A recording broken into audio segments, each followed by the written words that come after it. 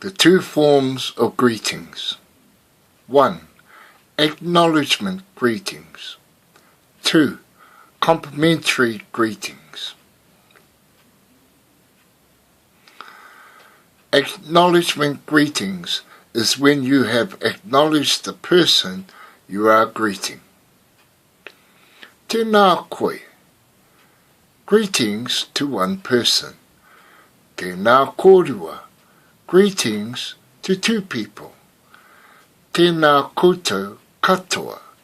Greetings to 3 or more people. Tēnā tātou katoa. Greetings to one and all.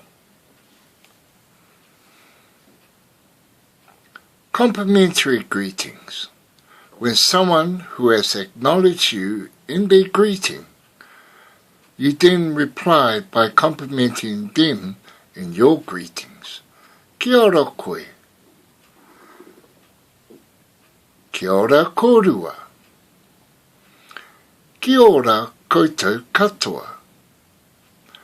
Kia ora tātou katoa. Tēnā koe. Kia ora koe. Tēnā kōrua. Kia ora koe. Tēnā koutou.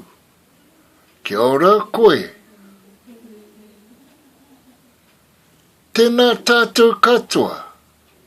Kia ora tātou katoa.